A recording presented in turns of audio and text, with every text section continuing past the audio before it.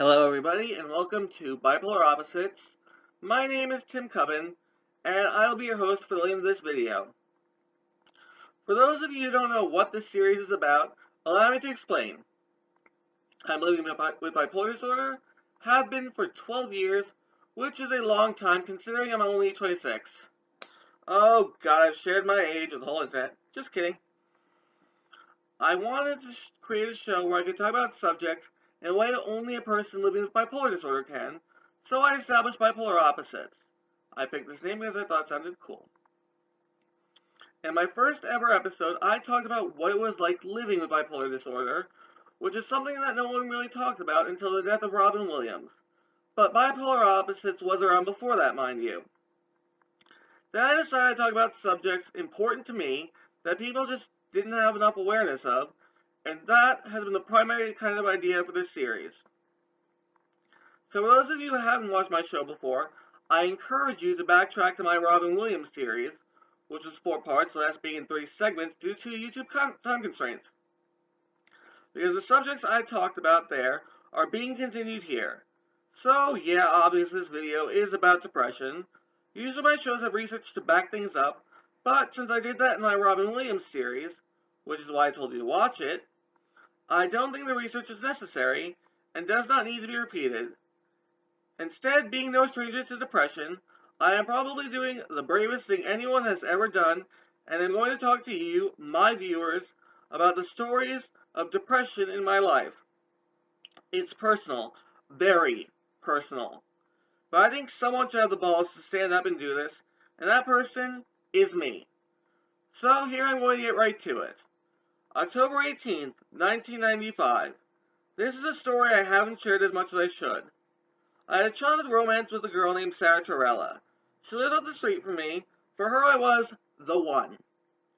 She was a little older than me, and upon seeing me the first time, she cried out, "Mine." It seems funny that a baby would say this, but I was it for her.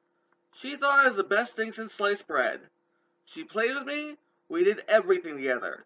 She would do whatever I wanted, and being bipolar and obsessive-compulsive, I changed my mind like a girl changes clothes.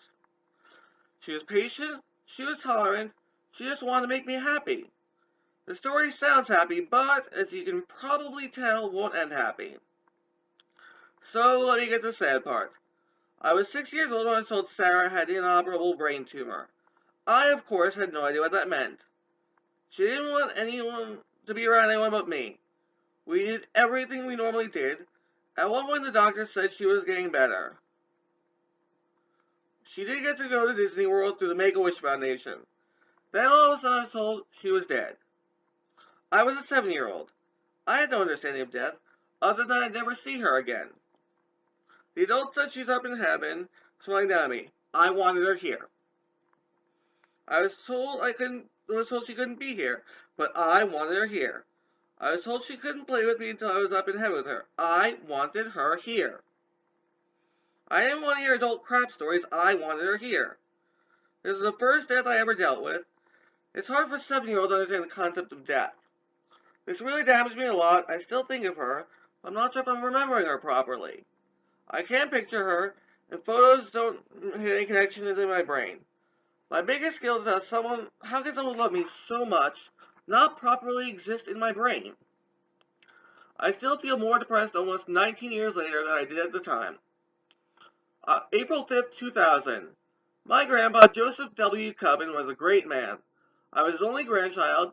In fact, I'm the only son of an only son of an only son. If I got that in one try, I deserve a medal.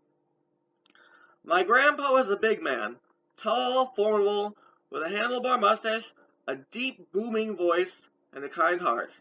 You know those knickknacks that you get when hats that say "World's Greatest Grandpa" and mugs that said "Number 1 Grandpa"? Well, he loved them, and in my opinion, deserved them. As a child, if I was ever sick and home alone, there was Grandpa, driving from Brooklyn just to take care of me. He loved technology and was the latest gadgets, doodads, and thingamaboobies. He moved down to Florida with other family and was diagnosed with liver cancer. This big, tough man was taken down just like that. The thing that kills me was that I was supposed to go down to Florida to see him one last time. But 2 weeks before that date, he passed away. This broke me as well, possibly more than Sarah. In this case, I understood what was going on, and not the patronizing adult crap adults gave the kids to make it easier. His funeral was beautiful, and there was a huge section in his eulogy about me. You really don't know how much a person truly loved you during their life until you read things addressed to you before they die, or in my case, get fondly mentioned in their eulogy or obituary. I think this death is what made me let my hair go wild. Those who know me now know I have crazy hair which I hardly ever style, and it does its own thing. Well, this is where it stems from. There is actually a reason for this, as my grandpa loved to put his hand on my head and ruffle my hair. I think this was for him.